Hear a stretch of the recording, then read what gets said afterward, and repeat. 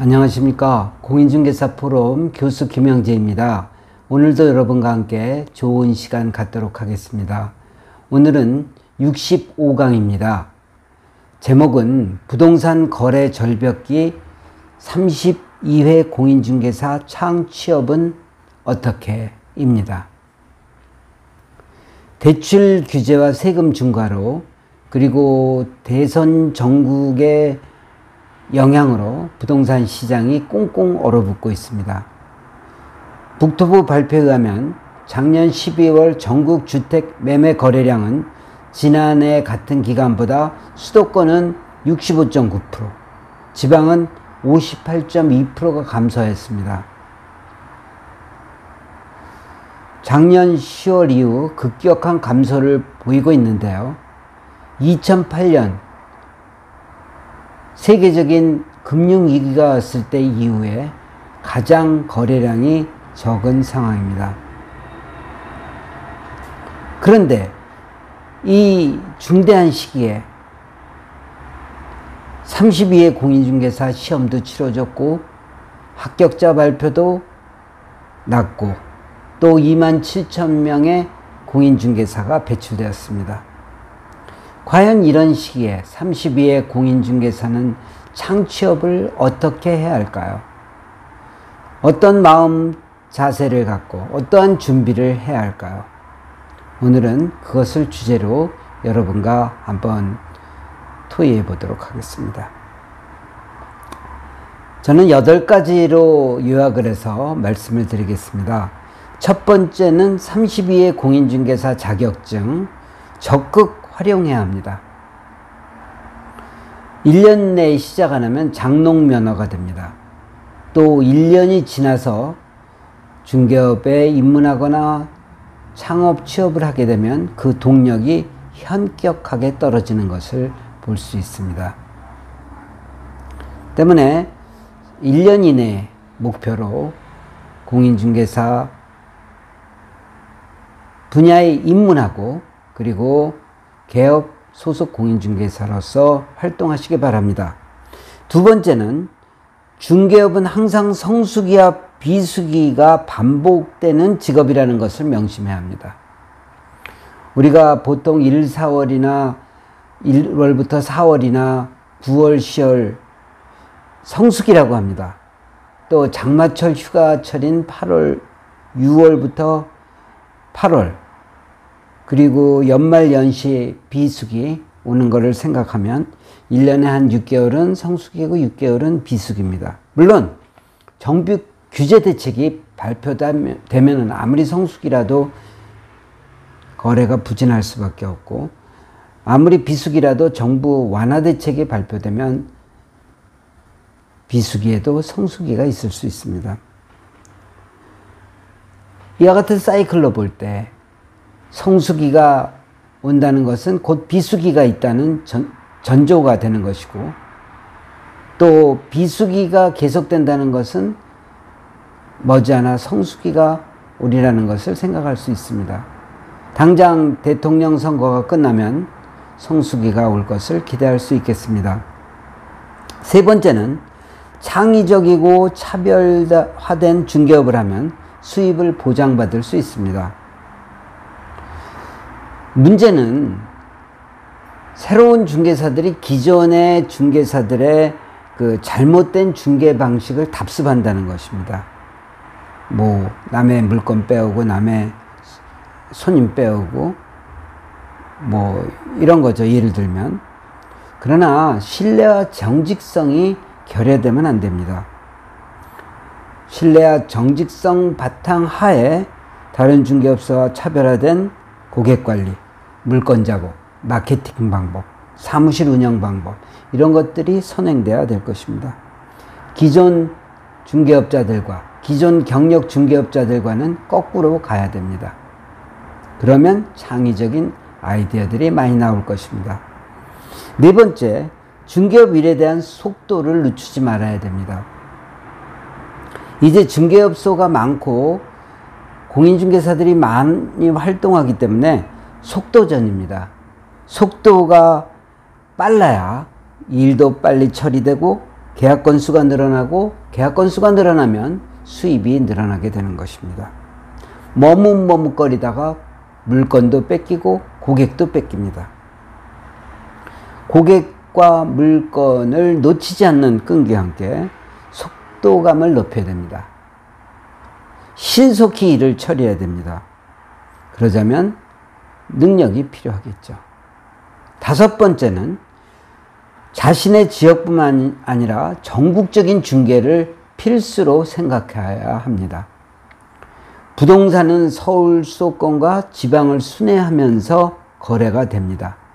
지난 10년간 보면 세종시, 마곡, 위례, 동탄2 그리고 하남 미사지구 이런 지역에서 순회하면서 거래가 폭발적으로 일어났었습니다. 또 공기업이 지방으로 이전함에 따라서 혁신도시 또 대통령 공약에 따라서 지역 발전을 약속했던 그런 공약들에 의해서 또 지역 부동산이 들썩거리기도 하였습니다. 또한 규제지역이 정해지면 비규제지역으로 아파트 거래가 성행하면 아파트 거래가 성행하다가 또 거래가 절벽에 오면 또 순환매가 일어납니다. 다세대 주택, 다가구 주택, 또 상가 건물, 토지 뭐 이런 식으로 순환매가 이루어집니다. 때문에 전국의 부동산이 완전히 죽는 수는 없습니다. 중앙이 안 되면 지방, 서울이 안 되면 지방, 특정 아파트가 안 되면 상가, 아파트가 안 되면 토지, 뭐 이런 식으로 규제지역이 안 되면 비규제지역으로 이런 식으로 순환매가 되기 때문에 여러분들은 이제 자기 지역뿐만 아니라 전국적인 안목을 볼 필요가 있습니다. 여섯 번째는 체력관리가 중개업 성공의 열쇠라는 것을 늘 기억하시기 바랍니다. 끈기가 인내심이 필요한 것입니다. 그렇다면 끈기와 인내심을 발휘하려면 스트레스를 받게 되죠. 계약을 안 하거나 중개사고가 나거나 사무실 운영에 문제가 생기거나 또 고객이 무례하게 대하거나 뭐 이런 여러 가지들의 원인에 의해서 스트레스가 많이 쌓인다는 건 여러분들 잘 알고 계십니다. 우리가 만약에 건강에 이상이 오면 우선 내가 힘들어지고 가족이 힘들어지고 더 중요한 것은 의욕을 잃게 됩니다. 당장 힘드니까요. 당장 체력이 딸리니까요. 그럼 일을 못하는 거죠. 중개업을 하다가 중병이 들어서 중개업을 못하는 사례를 주변에서 많이 보셨을 것입니다. 때문에 체력 관리가 중요합니다. 내 체력 관리는 즉 능력입니다. 일곱 번째는 중개업계에서 뼈가 묻히겠다는 각오로 중개업을 시작해야 됩니다. 다른 대안이 없다. 이 직업밖에 나에게는 없다.